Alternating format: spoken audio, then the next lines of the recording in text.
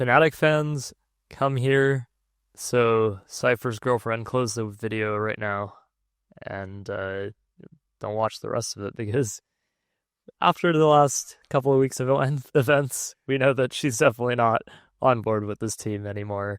A couple of tweets that have gone out expressing her discontent, let's say, with some of the roster decisions that have happened. And we have Freddie on with us, UK CSGO editor-in-chief, to talk a little about the UK side of things, but also to talk about Fnatic. Because, Harry, why are we talking about Fnatic this week? It's a good time to talk about Fnatic. We did the RMRs last episodes, and they're one of the teams that are benefiting from this new system, I'd say. I mean, eventually they got there through just sheer pay to win element of VRS, and also they're in the crosshairs of people like Freddie, the very few people in the world who care about UKCS, because they've got to bench to play straight away after So they missed the last major because they fucked up the online RMR when KRIMZ couldn't play and they're playing with Borup for reasons, with an even better lineup than they have now as well. And now they're getting videos by Phi saying, let's get the hater squad ready, basically, because they've benched a player that helped them get to the major, essentially. And when there's a little bit of drama, Nohte, we have to go for it. We have to go for the drama. We never milk anything. I don't know what you're talking about. That's just the whole point of a single topic podcast, isn't it? Just topic of the week. And this time it's UK. Finally UK. Oh, yeah. Firstly, I didn't expect Heidi to get caught in the crossfires within the first 10 seconds of this. That was not on my bingo card. But thanks for having me, guys. Also, Heidi, don't close us down. And if you are a Fnatic fan, don't close us down, because I'm here, and it's my absolute pleasure to sit here and spout all of the UKCS propaganda as probably the one and only person who cares about it in the world. And that's the selling point. So that means I get to be devil's advocate here and just be blameF fanboy, which is where I'm always comfortable. Daddy F. We've got to start, of course, and we've got to start with Fnatic though, right? And we've got to set the tone, I think, because you need the context to understand why CYPHER being benched has caused such an outrage. So this is a Fnatic team that, years ago, 2015, when I first started watching, they won everything and everyone hated them, right? But somehow people hate them more after they ditched the Swedes and went international, as NIP did as well. And they were kind of the two teams everyone loved to hate for a good while because everyone likes the national teams, don't they? It's probably Lauder's fault, but everyone hates the national team. Everyone hates international teams. And when they didn't qualify, Dweg, another UK CS boy, even if he's not actually from the UK, I think. He's Australian. He's got the thumbnail. Yeah, he's got an accent. It's definitely UK. But there's the thumbnail. Clowns. And this was the perception of Fnatic, and I think that's why it's important I'm starting here, which is 6 months ago. Well, not quite 6 months ago. When they didn't qualify for Austin, when they had Mattis, who's gone on to be amazing for G2, blameF, who we know his potential. They had Yambo, who I think is still a kind of top 5 prospects out there, and they didn't qualify for the major, right? So this was when Tweg did his video calling them clowns, because there was a lot going on. It's a lot going on with the management, and it's hard to know from the outside. But what you can't deny is that they have spent money and they have made good signings. Next slide, please, Nohte. Oh, there we go. But despite that, they were still, and this is another UK boy. This is just a UK episode at this point. Just UK fans coming. We're taking over. We're getting Mischief on because he was the only one who could be bothered to go to this level of effort, basically. And it was great. I love that he did this, because now we can say that, Fnatic, despite attending basically every local LAN that existed, were only an 8% chance to make the major on the 26th of August. So it's like a month before, and they're pretty much nowhere. And I wanted to ask you, Freddie, what did you think when Fnatic picked up CYPHER? Did you think that he was actually going to help them get the major? I mean, I firstly just didn't think it was true. Like, it was one of those, Twitter gremlins who posted from, a prac.com group chat. And I was like, I just don't believe that this is true, that this is even a real thing. And then I got it confirmed, and I was just thinking, oh, that seems super random. But to be honest, no, I didn't, even with my bias and with CYPHER on Fnatic, I didn't expect them to make the major. And it is genuinely one of this one in a million chances that they were actually able to make it, but it is because, as you've said, they did kind of buy their way in, and even then, they struggled. Well, but they did make it. Next slide, please. No, he's just looking at forums on the second monitor. I can't believe it. But here we are. You gotta always. get your forum fix as you do. Yeah. Meme pipelines. We're heading to the meme side. It's getting there. But then they make the miracle happen, and I think it is. I mean, they're not being the best team. It's impressive. But if you want to qualify to a 32-team major, all I really want from you is to be able to beat the other teams that are around that mark. And Fnatic did do that eventually. Like, they went to all the Birch Cups, all of the lands, but they did eventually Not win. epic. Not well, they are. It's just pointless. That's a waste of time. Like, you just lose to MIP if you go there.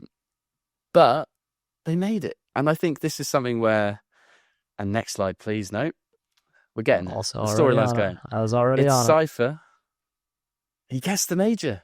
And this is the major is the CYPHER playground, right? He's the, like, when you think of the RMRs and the upsets and the best of ones, you think of that Into the Breach team, which was just destroying teams for no reason at all. That's CYPHER's bread and butter. So when Fnatic needed someone after Mattis left, just like, okay, who's going to get us to the major? Who's going to be that aggressive rifler? Great pick. So they make the major. He's like crying in this interview. If you haven't seen this interview, you have to go watch this interview because it is absolutely priceless for a multitude of reasons. There's some amazing questions by Jeff, who genuinely sometimes looks more excited that CYPHER qualified for the major than CYPHER does. He calls it an absolute cinema of a final.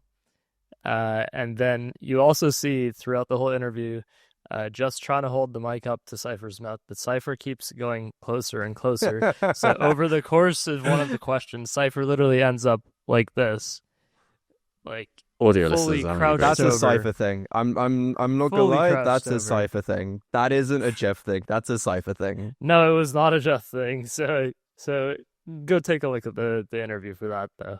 I highly recommend it. It's a great watch. It's a great watch. It's a fantastic interview, and it just hurts even more now watching it now. Like it's just like this guy really thought he was getting the major. Does he get stickers? I think he does. Get stickers, right? I think he he's does. confirmed stickers. Okay, well, they'll probably still give the money to jackasmo or something to still find a way. But this is the end. They just decide, oh, thanks, CYPHER. But I've got a Ukrainian mate who I used to play with, so we're going to go do that. Mm-hmm. And this is the end of the meme pipeline. It's taken a while, but here we are. And I think it is the important context of why it was such a shock, I think. Even for people who aren't from the UK, even for people who've watched CYPHER kind of struggle in tier 2 and 3 for the last 2 years, like even then you're like, okay, even if you didn't have an amazing rating or anything, you can watch Fnatic and go, okay, you got the most passive player of all time. It helps to have the most aggressive player of all time at the same time, right? So I just think I couldn't believe it when this happened. I don't know what you guys thought. I think the fact that they brought jackasmo in for stand-in for KRIMZ, I really thought at that point if they were going to replace someone, it wasn't going to be CYPHER. And the role-wise, it also just doesn't make sense to do that switch because it just doesn't, like, the roles don't match up. You have jackasmo who could actually fit in way better for KRIMZ anyway. Their run at frag also kind of proved that. And then either way, I'm not sure what the idea was in terms of doing this before the major, if that was always a plan, or if that was something that they decided after this Philadelphia run, but it just seems very haphazard and a little cutthroat to throw someone, under the bus after he helped you qualify for the major, regardless of, I don't think the single change is going to suddenly help them become a contender at the major either, so it's not like they're future-proofing suddenly for the roster either. Yes. Freddie?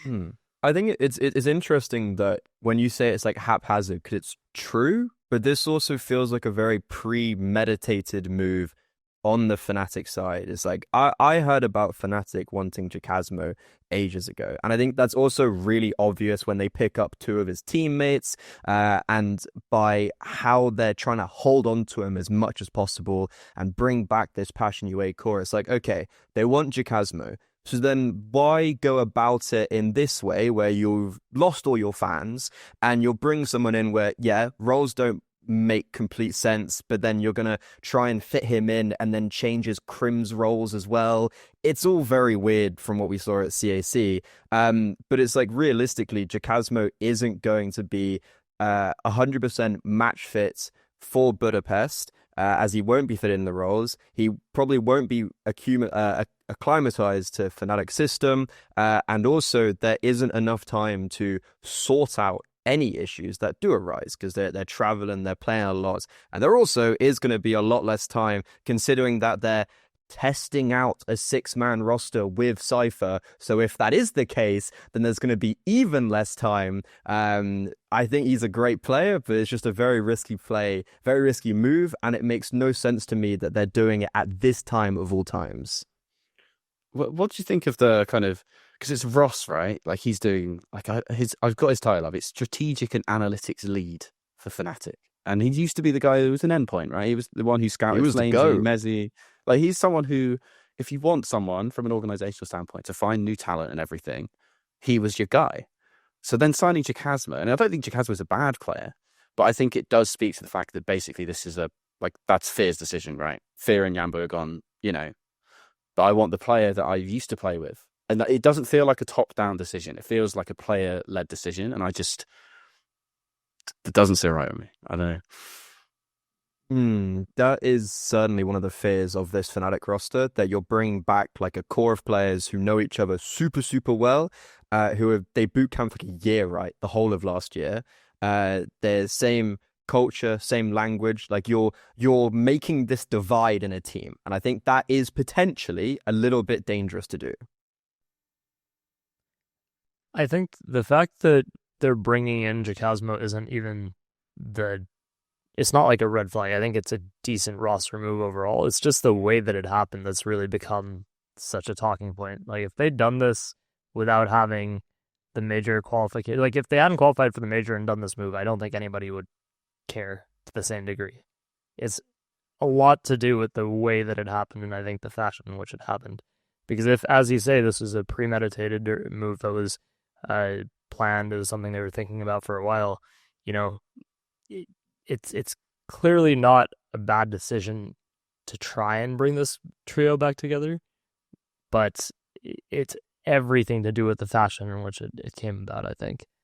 The same happened with Jambo as well, right? Where it kind of, like when they brought Fear in the crosshairs again. What are you doing to this poor girl? Yeah, got to bring it up. Because this is the only way we found out, Freddie. It's not our fault. Like, you've got to cut through the organization lies.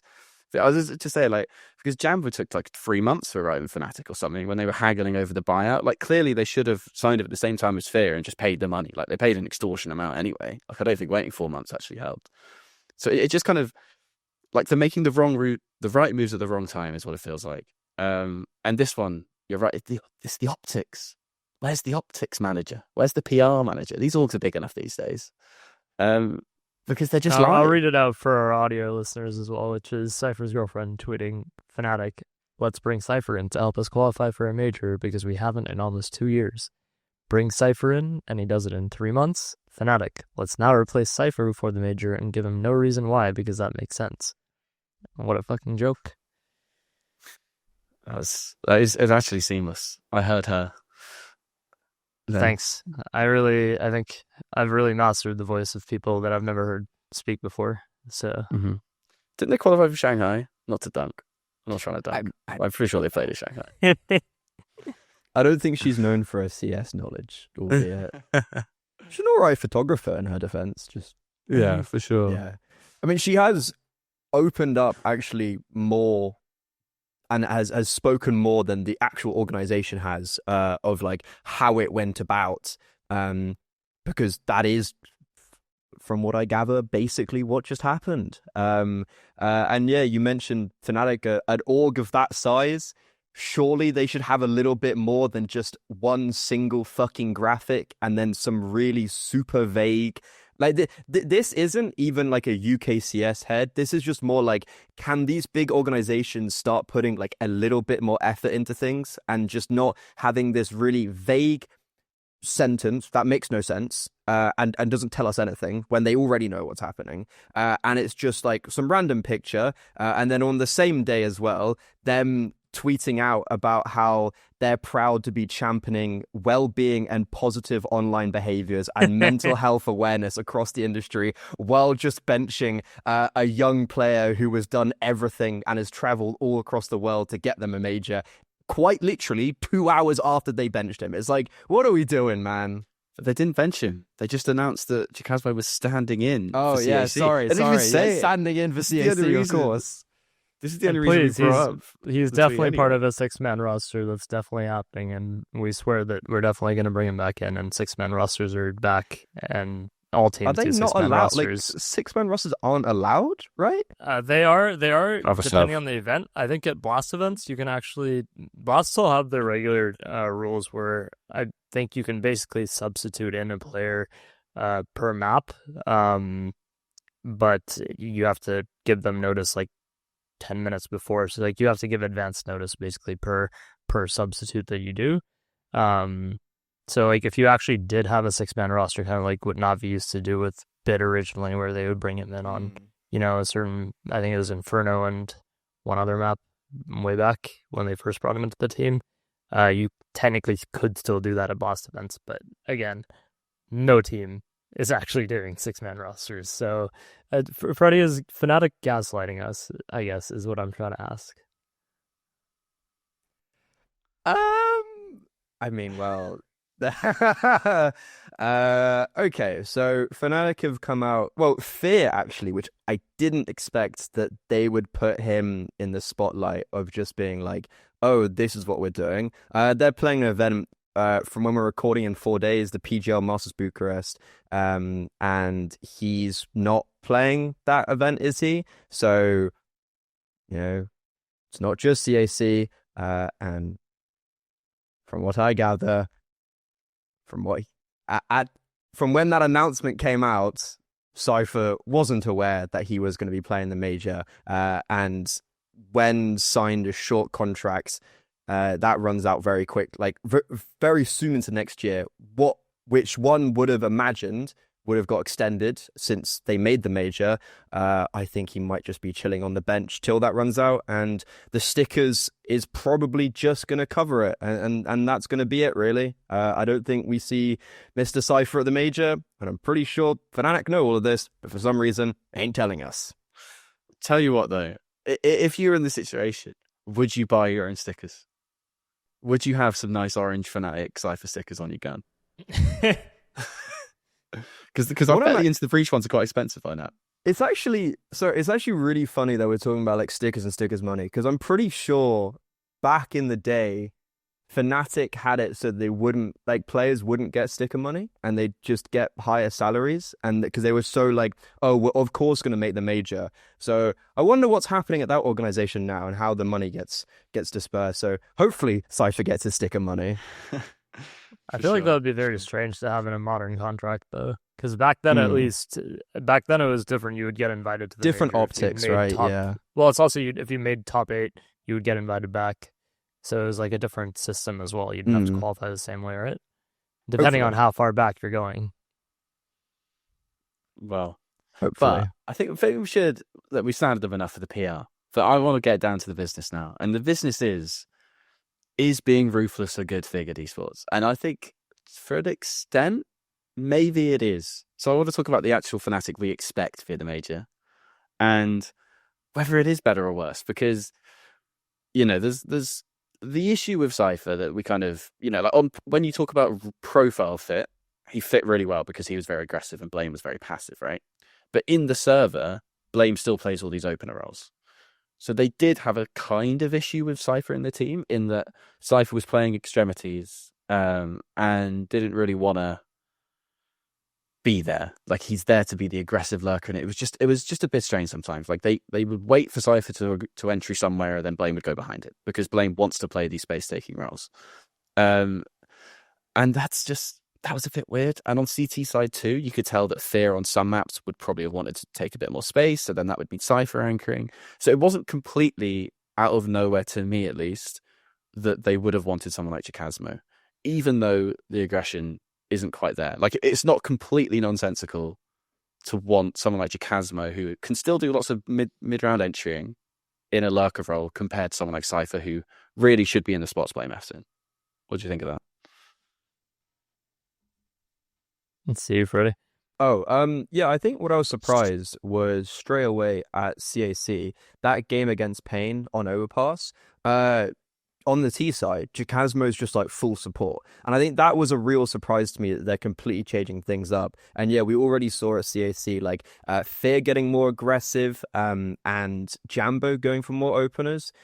I think it's understandable that bringing in CYPHER, you might think that that's what you want, but then you get it and you're thinking, oh, maybe a little bit too aggressive, because he is arguably the most unique player with how he will just so selflessly throw himself at the wall for the team, which will then in turn support blameF. So sure, blameF wants to be creating more space, but surely having CYPHER in this team only just elevates blameF, because it's just going to set him up time and time and time again. And something that was...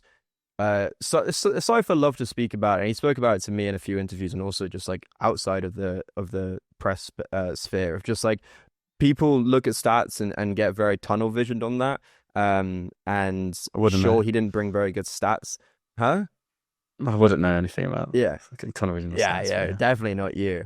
But when we're talking about the replacement of jackasmo for CYPHER, it's like, okay, does jackasmo give the same communication and vibes as CYPHER? Because sure, there's the whole positioning conversation and the roles, but CYPHER, something he's always said, and that's very apparent if you sat behind him in an epic LAN, this dude loves to yap, and he's also, I will vouch, yaps for the right reasons. Like, his dead talk is really impressive, and I think is like, okay, does jackasmo bring that in? And also for the hype, like, jackasmo's not gonna the same persona as CYPHER, so I wonder how the team mentality is gonna be. So maybe roles that this evens it out a little bit more in fnatic, and makes it like a little bit more normal. But I just don't know if there are those qualities that jackasmo is gonna be able to bring to the table.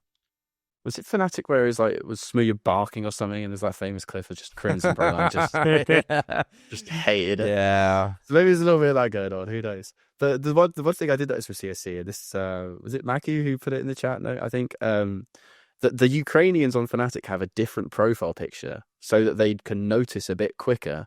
Oh yeah, to switch to Ukrainian. So you're telling me that they haven't thought this through, Freddie, but I'm pretty sure. So basically, they all have. They all have fnatic logos, right, as their profile picture, but the Ukrainians have a different colored background on their profile picture, so that when the two English-speaking players are dead, they can switch to talking in Ukrainian. This just goes back to the point I was saying of, like, aren't they just kind of taking over fnatic? It's like presumably, by the way. Yeah, it's just like guess, but... it's the core of these three, and then KRIMZ and blameF on the other side. Like, it feels like it's being maybe a bit of an isolation, and it's like, okay, the core of Passion UA, of course, amazing players, fantastic. But if you bring them in, you're bringing into an international roster. It's like, does that really fit? But the one thing I would say about CYPHER is, I think you're right. Like, the space making that he did is just like, it's a different level to anyone else. But sometimes, like, just the pacing, because like you have to path in the right way. Like, when you watch someone like flameZ entry, it's so methodical. CYPHER would be that guy in matchmaking. He's like, I'm your entry fragger now. Like, he would just run at 1,000,000 miles an hour. It's like, blameF's checking all the angles behind you, man. Like, you need to slow down a little bit. It's like, sometimes there was that kind of the just going in first is a different thing to doing it how like a proper tier 1 entry did. And I'm just going to regurgitate Ash right here. Like, this is just all Ash's words. Like, this is none of my own critical thinking. But like, he did the video on entry fraggers recently, and it's like, okay, that is a very clear issue with CYPHER, that he's just a little bit too eager. He's a little bit too much of a bloodhound. And it's like, okay, it's positive, but then here's the negative side. But then he also rightfully identified, which I think a lot of people who have watched him over the years can also attest to, that he has very obviously improved, only being on fnatic for like 3 months. I was actually going to reference that same Ash video because basically for people who didn't watch it, he talked about like the levels of entry fragging, and in one of the earlier parts of it, he referenced how CYPHER, when he first, I don't know if it was when he was first on Fnatic or when he was on Gamer Legion, but basically he would run into a site, but create so much space so quickly that the players behind him wouldn't actually be able to trade the kill or trade his death because he was just a little bit too far away. And it's really micro things where the person who's like running in first should be calling their exact timing and whether people behind them are ready to follow him. Because if you are basically 4 steps too far, then the person can kill you and duck behind cover again, and you won't actually be able to get traded, and you just die for free. And I think Ash, even in that video, said that CYPHER did improve on that after that initial period. But to what Harry was saying as well is that there are times I've watched them, and it kind of feels like watching Yakinder on Liquid during that period where he was just throwing himself into the wolves over and over again. And you would lose that kill, and it would just end up not having a ton of impact. And it would actually be costly for the team as well, because then they're trying to fight back without actually having, even 75 damage against a player, and it's a 4v5. So I think there's definitely been times where that's happened. And at least on the Fnatic point itself, I think Jumbo's added a lot to this team. I'm still not really sold on Fear as a caller. I think there's a lot from some of the Fnatic games that I've watched that leaves me questioning whether that's the actual IGL that's going to bring them back to, whatever they want to, whatever their current goal is, I guess, whether that's top 15, top 10 consistently. I don't know if that's actually going to happen. I don't know if I'm getting inspired by the way Fear calls on this lineup right now. Do you know what though? Like in game is obviously quite difficult to tell all the time because I think they are pretty bad at generally trading. But I think that could be to do with like how different their pacing is and stuff. Like that just seems like something that's in the players' brains more than Fear. So I am going to defend him a little bit here, but just more for out of the server. Like because Shanghai was when I was there for their RMR run, and I was trying to interview Fear as much as I could, and like that personality is like he's insane. Like in like a like a proper battlefield captain type guy. Like his personality is infectious for sure. Are just so passionate all the time, and you could see that when they were playing, and I think you can still see it in Fnatic a little bit, which is why maybe not having CYPHER is a bit weird, because it puts more pressure on Fear to be the kind of emotional captain and the tactical captain, and like sometimes that doesn't always work when you have to do both. But Fear is definitely capable of doing it, I think, from like as an emotional leader. I don't know how it translates when it's international teams and different culture, but you could tell that Passion UA team that had sat in a room together for a year in Lviv. I can't remember. One of the cities in Ukraine. You could tell that he'd really like cast a spell over these guys. Like they would have died for each other for sure. And can you do that with the international players? I don't know. I think that's where it gets hard as a really young in-game leader. I think there's obviously a reason in-game leaders are a bit older.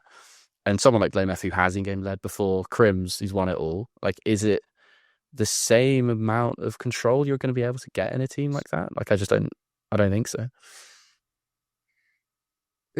One thing, this isn't like a super long point, but it was just something I found interesting talking about Fear was, I guess everyone was a little bit just like, oh, is he going to be able to do it when he joined Fnatic?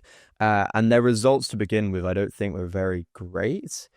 No, but every time, yeah, okay, that I'm a big fan of BurmyLove. I'm a big BurmyLove. He's coming back now. He is coming back. He's now. back on Kono. Those few months didn't help with Mr. Borup, Mr. Bird from Sky. My boys over there, they're doing well, kind of. Yeah, like with Fear, when they'd be losing, and they're in my depths of Counter-Strike, so I had the luxury of casting them. And I'd be watching this just like horrific game, and I'd go on Twitter, and it's like all of Fnatic are like, oh, unlucky loss, but Fear's the GOAT, and it's like they seem to buy into him super, super quickly. So to kind of like answer that point, I suppose they do already have that trust in him, and I guess they are rallying behind him because they so quickly were so vocally, publicly vocal of him.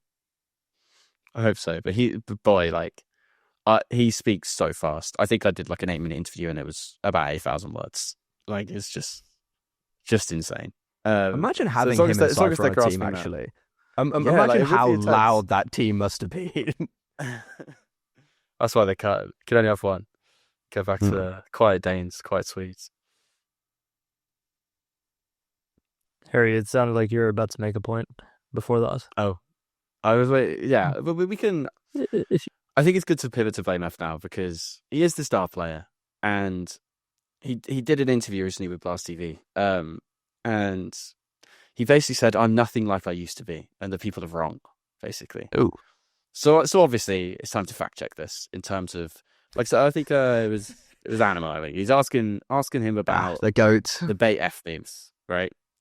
And he says he's more aggressive now, basically, blameF. And he is playing a lot more of these rotate positions, the opener positional T side, I mean. And there is that kind of responsibility on him now. And this is full buy v full buy, so it's not just him eco fragging. And he is more aggressive on T side. So there's CYPHER, obviously, 25%. blameF, 21%. This is T side buy v buy. So he is even more aggressive than, jackasmo, KRIMZ, FEAR, people like that. He is taking these openings. My issue with this is on CT side, you can still see the tendencies, right? Of he's only 17%. So he's lower than FEAR, CYPHER, and then Jambo's on 28%. And when you click the full v eco button for blameF, it's 37% still on CT side. And it's like, even with rating 3.0, he's still just farming it. It's not even for the stats, it's just for the fun. So fair play to him for that. But I think this is something where I think he is more aggressive than he used to be. It's not the complexity thing. And I think even the complexity thing was overblown because he was just with 4 really aggressive players. Whereas I think now you kind of see that people don't really change, if we're honest. Like, he's getting these opening attempts, but a lot of them, when you watch him, it's because he's standing somewhere like A main on train and he might go for a pick or something. When they're actually doing the bomb site entries, and this is the next slide, please, he's not the one doing it. He's just not the one doing it. So this is their entering like attributes, which is basically how often your deaths get traded. Like, that's basically how we're measuring this. And it's just the worst in fnatic. He's just in the bottom left corner when you just have the team. And this is where I just struggle a little bit. I think obviously it's fine to have naturally passive players. I just don't like the positions that he puts himself in. I think it kind of limits the team a little bit in terms of, because when you are looking for a role fit, then you end up with someone like jackasmo, who's the kind of the magic style, kind of Zontic style, like happy to mid-round entry, basically. Because you got blameF space taking. Like, if you had a normal space taker, it's fine to have a KRIMZ who's quite passive, rather be trading. jackasmo who's happy to entry mid-round, but isn't a huge space taker.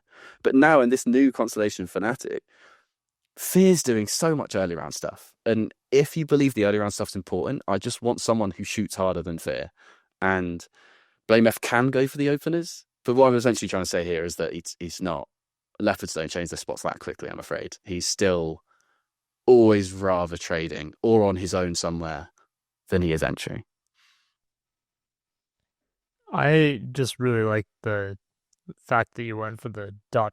uniquely in the title here, because it is not.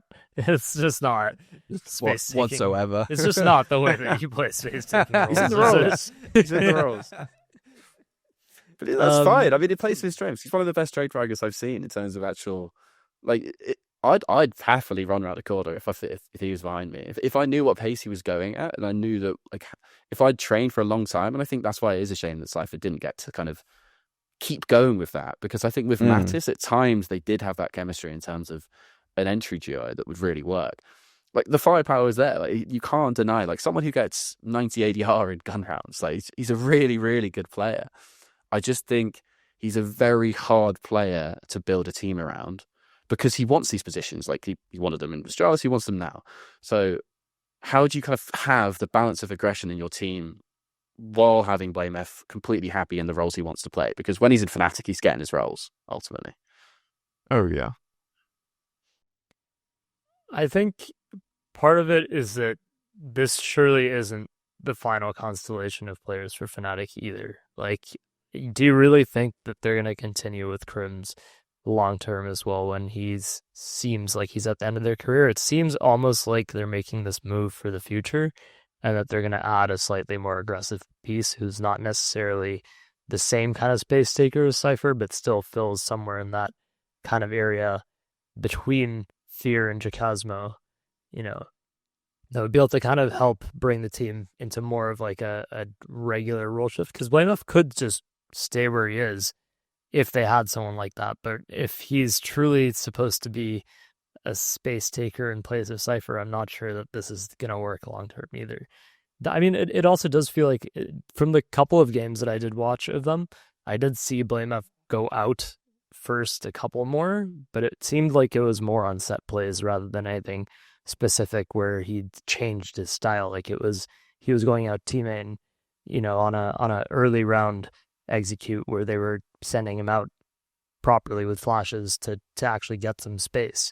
It didn't seem like it was just he's not suddenly changed his play style to become more aggressive, you know. And for that quote, sometimes it seems like, you know, maybe it's one of those times where those players have a couple more rounds where they have those early dual involvements and they're taking some space and they think back to that round where they got, you know, 4 kills running out teammate on train. They're like, yeah, I'm more aggressive now. But, you know, that's not necessarily always the case. But I think half the reason I'm challenging it is I think he was less baity than people think he was on like the complexity in Astralis. And he's probably more baity than he thinks he is now because like it's just it's about the players around you. I think he's pretty much not changed at all. But I think that's one thing to say with jackasmo. Something Striker mentioned to me when he was looking at their positions or something. It's basically like Fear and jackasmo are just attached at the hip when they go around the map. So there is something to that, and then kind of having blameF as your kind of lone wolf space taker, KRIMZ as your classic lurker, and then Fear, jackasmo, Jambo get to be that kind of Ukrainian pack from Passion UA. And like there is obviously benefits to chemistry, and I'm not saying that it could never work with this kind of quite passive rifle trio, because Jambo is very aggressive as an AWPer as well. Like it's not impossible to make it work. It's just that I did like the balance with CYPHER more. But this is a good chance to bring Freddy in on something, which is tier 2 aggressive riflers that you think could... Because, like, okay, jackasmo's fine. He's fine, but he's more of a role player.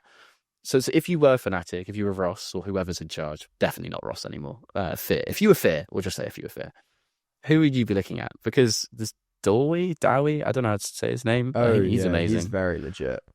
No, first, you know, you could have given me a little bit of heads up on this instead of just pulling out names out the hat. Just like, oh yeah, Freddie, you watch Counter-Strike. You watch tier 2. But there's got to be a few people you got there. UK players, go on. I mean, if I'm being really like, I guess throw Zoo in there. I don't like. I think he's not being as aggressive anymore, but he's definitely got those aggressive tendencies. But I don't think he's been doing too well on Saw, but he's got a bit of redemption on Monty. Who do I think? Who are riflers that have impressed me? I don't even know necessarily if they're as aggressive, but there's one guy on Sinners, Stressaren, chilling over in top 50 of HLTV. I know he got passed up by Eklot and then Sinners signed him, and I've only heard really good things from him, and I've also only seen really good things. I think Kislerek's a little bit more aggressive in that roster. Honestly, both of them as a rifle duo I really like. That's like riflers to me that have really stood out in Europe. But then it depends, can you go into the CIS realm? Is like, do they speak English? Is like, you know, on that Rush B or that Easy team that are called now 13, that whatever they are, the stupid name. Yeah, well, they've got like this guy called Zinni, who came in to replace Nohte, if I'm not mistaken, when he went over to Paravision, who has been dropping absolute numbers, while also Nohta's twin brother, what's his name? I think, who's Nohta's twin brother? Completely forgotten. This is what I mean, man. Like this is like they're literally being produced out of nowhere. I completely forgot what his name is. Give me a second. What are you thinking? The one player I thought could be fun, and I'm kind of sad he went to FaZe, is Jacob. Like I would have much rather seen Jacob make a step from tier 3 to tier 2 before tier 1, because I think now he's played Is like Fnatic a tier 2 Angry or Dust roster? 2. I think I in my mean, head tier 1 is like top 10 yeah. or something. If it's quite high. Yeah. Because someone like Jacob, like some kind of young, high hedge percentage, I think that would have been a more suitable replacement for Mattis. I mean, jackasmo is he's like 60% headshot, to be fair to him. But yeah, I mean, it's difficult, isn't it? And maybe we'll all eat our words at the end of the major, but I just think for that balance, I do think they'll end up getting someone who's a bit more aggressive, whether it's for KRIMZ or jackasmo, I don't know. Texi was the name I was thinking of. And like these guys, doesn't even matter if what their roles are, they are just aggressive. So you could just put them in anything. Like if you all these like up and coming CIS teams, like every single player is like super aggressive, super young, has no care. So it's like, okay, could you get any of them that speak English? It's like maybe a big risk. And yeah, Kisserect opening, he's got crazy opening stats. I was trying to remember exactly who opened on Sinners, and it's like, I don't think that team's doing very well, but he's really legit and has proven himself on LAN. I wish you'd given me a little bit more time, so I could have actually probably thought about this instead of giving me 30 seconds. But I wanted to chime in a little bit, though. Yeah, cheers. She's like, yeah, UKCS, throw it under the bus. But I wanted to like add on to the point you were making about CYPHER's aggression. And it's like, if they'd only just given it a bit more time, because it was getting better, it was working. And CYPHER's like the only player that you'll ever see that has these bonkers kill to death, like super high kills and super high deaths. And it's like, you can see the substance of like what this could be. Like he's going like 10 to 10 on opening kills and opening deaths in one map. It's like, okay, you can see what can happen if you have blameF, who is just more attached to his hip, if CYPHER's a little bit more tamed, if you have this like really sharp player, CYPHER takes all the space, gets big kills, and then you have someone like blameF to tidy up the rest. Like that could have been so legit, but then they didn't give it really any time, even though I thought it was getting better. And yeah, maybe getting someone less aggressive is going to be the easy fix, but couldn't you just tame CYPHER a little bit, or is he the untameable beast? Harry, do you think CYPHER is the untameable beast?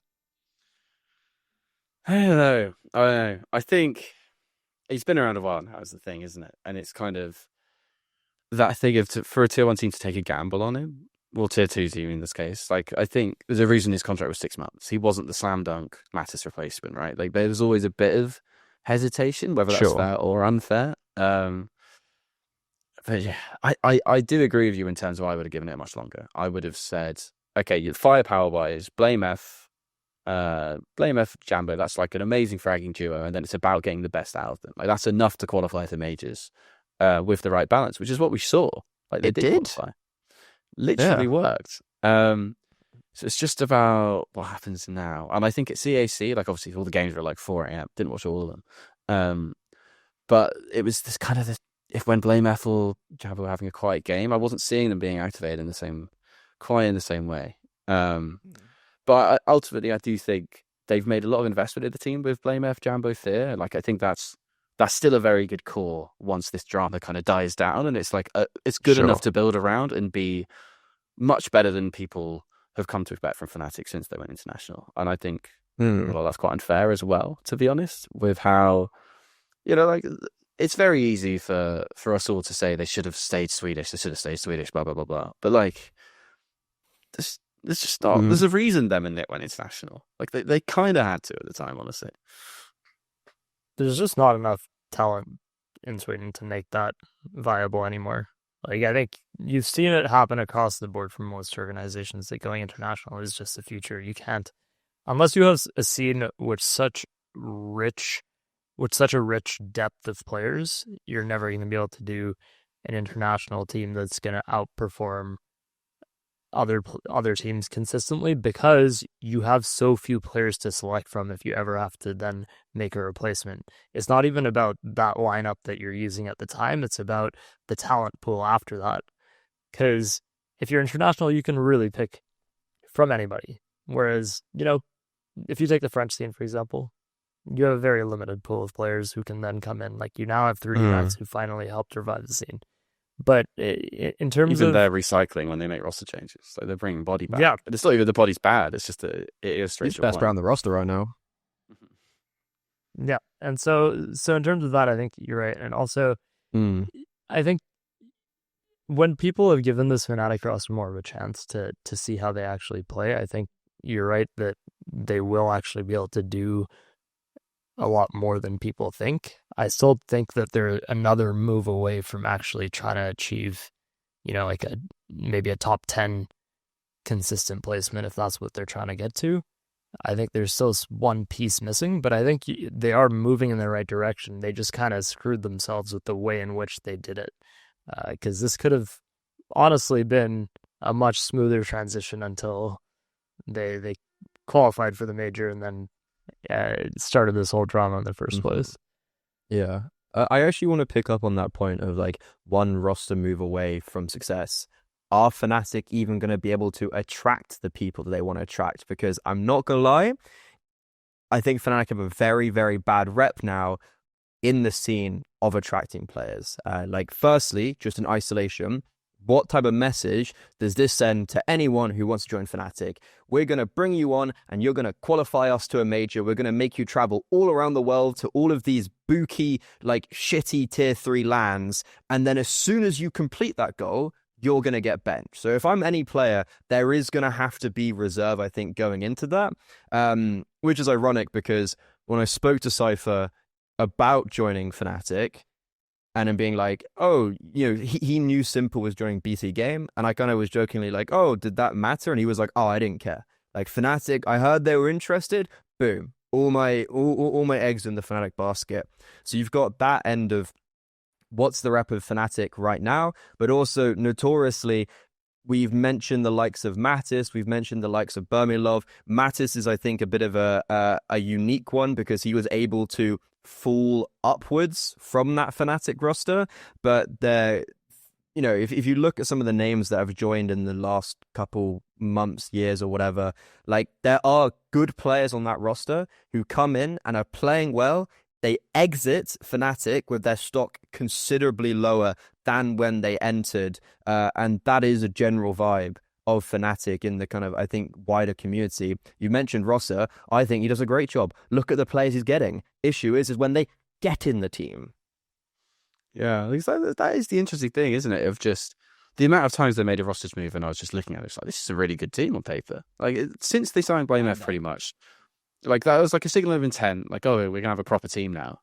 And it keeps looking good on paper and it just never quite. And I don't know if it's just really hard to be that kind of the tier 1 pros in the tier 2 online grind. Like, I think like that's just a bit, you're obviously going to lose out to the teams exactly like Passion UA who haven't been there before. Like blameF and KRIMZ used to stages. Are they going to grind in the same way that Fear and Jambo did in 2024? Like, it's not realistic, right? And I think Snappy's talked a little bit about it this year and just how hard it is.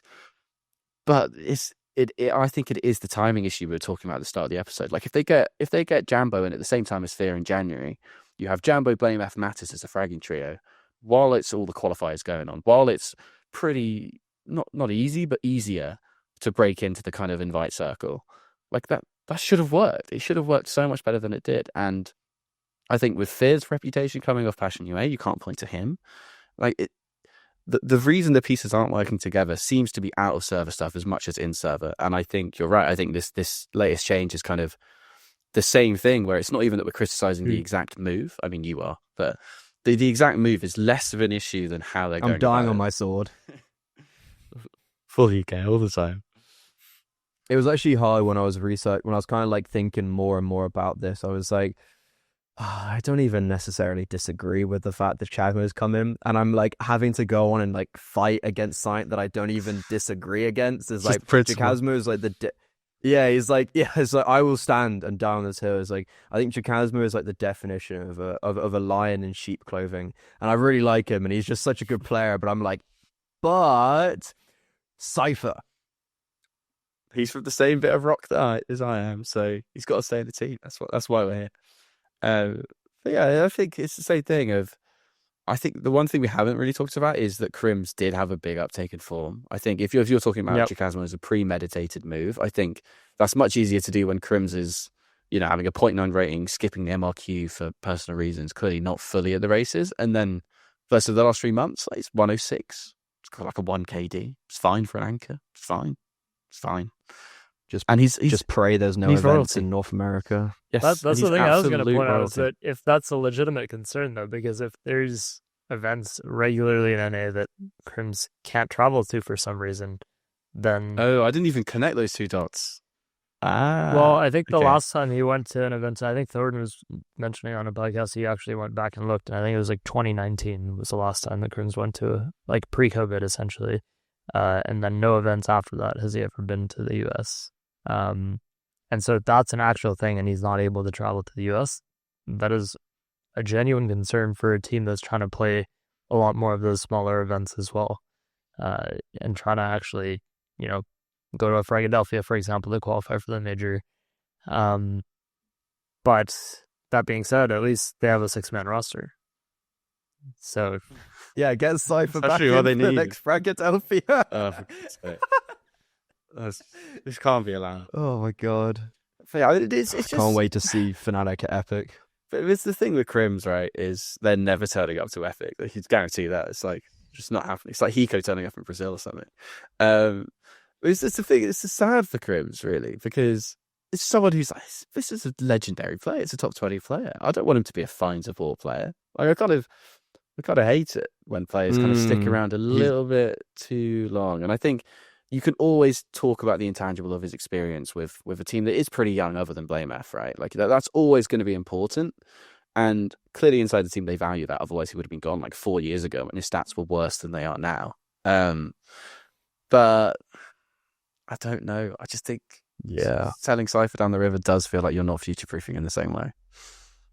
KRIMZ is kind of almost doing the cold zero, but to like a better level. Like, I don't know if you guys have been keeping up with his antics, but it's like IGLing, AWPing for some reason, like bouncing around South American teams that like aren't doing too well. He leaves a team and 2 months later they make the major, and it's like, is there a time where it's like you kind of start to think about like what am I leaving behind? And no one seems to remember that it's like KRIMZ, who's won more than most people could even dream of, Cold Zero, who's 2 times player best in the world back to back. It's like, what's actually the legacy you're leaving behind? Is like, do you care about that? If not, then it's like, it doesn't really matter, and just keep on fighting forward. But yeah, this whole conversation for me is just coming back to free my boy CYPHER. Freddie, as you know, we like to end the show with going through a few HLTV threads. And as people saw at the start of the show, I was trawling through the forums for everyone's favorite little segment at the end. And this one, I think, you know what, Harry, this one you can start us off with. Give us your opinion. It's by Tiny Giant with the EU flag who loves Blade. And it says, best move for fnatic. And it says, to sell blameF and sign Dowie. Both 1.17 rating, but Dowie 10 years younger and already played not bad versus top teams. Also need minus KRIMZ for another young player. Roster, Jambo 20 years, Dowie 18 years, jackasmo 18 years, Fear 24 years, plus 1 with similar language, and fnatic get a young perspective team, which they need all this time. Average age less than 22, speaking same language, it's anyway boost for level of team play. Opinions for fnatic UA?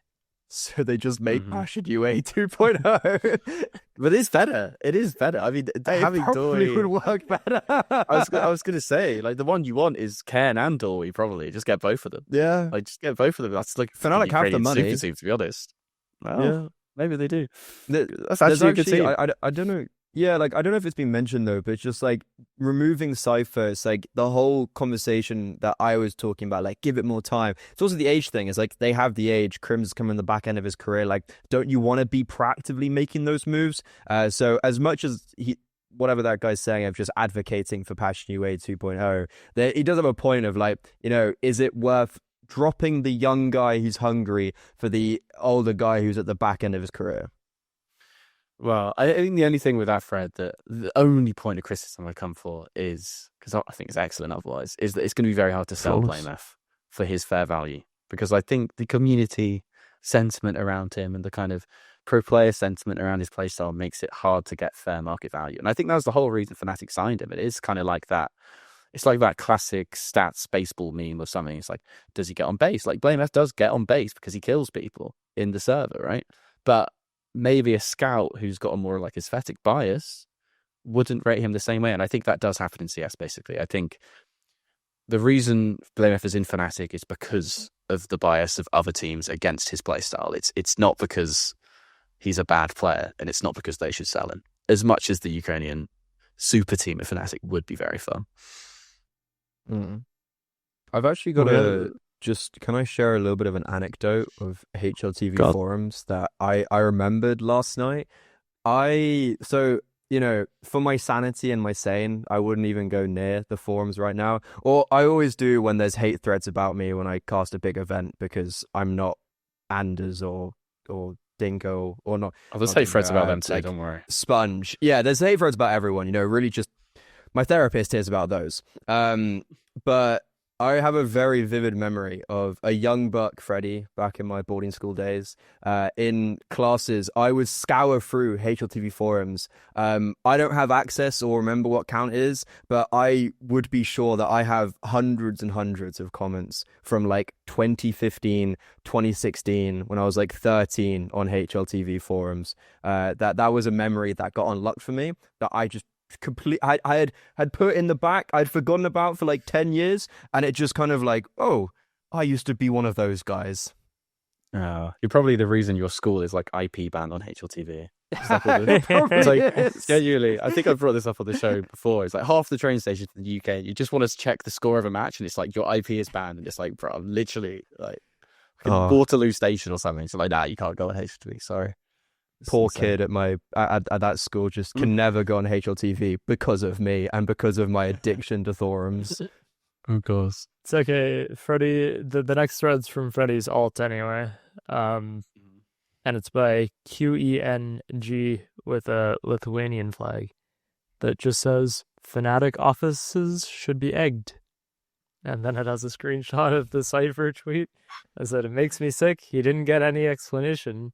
Then another link to the Fnatic winning Philadelphia tweet that says, this is him celebrating just 4 days ago. Makes me real fucking sick. Could have just linked the HQ. I'm pretty sure it's in England, like in London, right? Oh, you're trying to talk someone go down there right now if you want. With the troops. Yeah. Just around the corner. Actually, like, I know it's like it's all in jest, but the kind of we've been having the conversation a lot about like the timing, and you know, it feels bad, which it is. You know, I can't wait for CYPHER's return to win a major, and it's like vindicating, and yeah, everyone hates Fnatic. But have you guys ever had the chat on this podcast before of a Counter-Strike player break transfer window of any regard? Like, I don't know, it would make sense in occasions like this where everything can be consistent and our scene can actually just be like serious for once. I actually think Valve should do this, yes. I think mid-season roster moves are bad. And yes, it disrupts too many things. And I think you're seeing all this fuckery with like VP turning up with the wrong AWPer, and then IC has what to are we fly doing, in, like right? on the media day. It's like, well, like, okay, if we're going to have rules about the invited roster has to turn up, you might as well just be strict about it and just say, you know, that you can't trade contracts apart from during off seasons. Why not? I agree. The problem is that a lot of contracts have different expiration dates, and it would require so much reconfiguring of everything that exists right now. And there's no body to govern any of it either. That's the other thing. Valve? There's nobody. Yeah, but You don't need to govern it. Mezioso, just Mezioso does all of it. Just hire him for everything.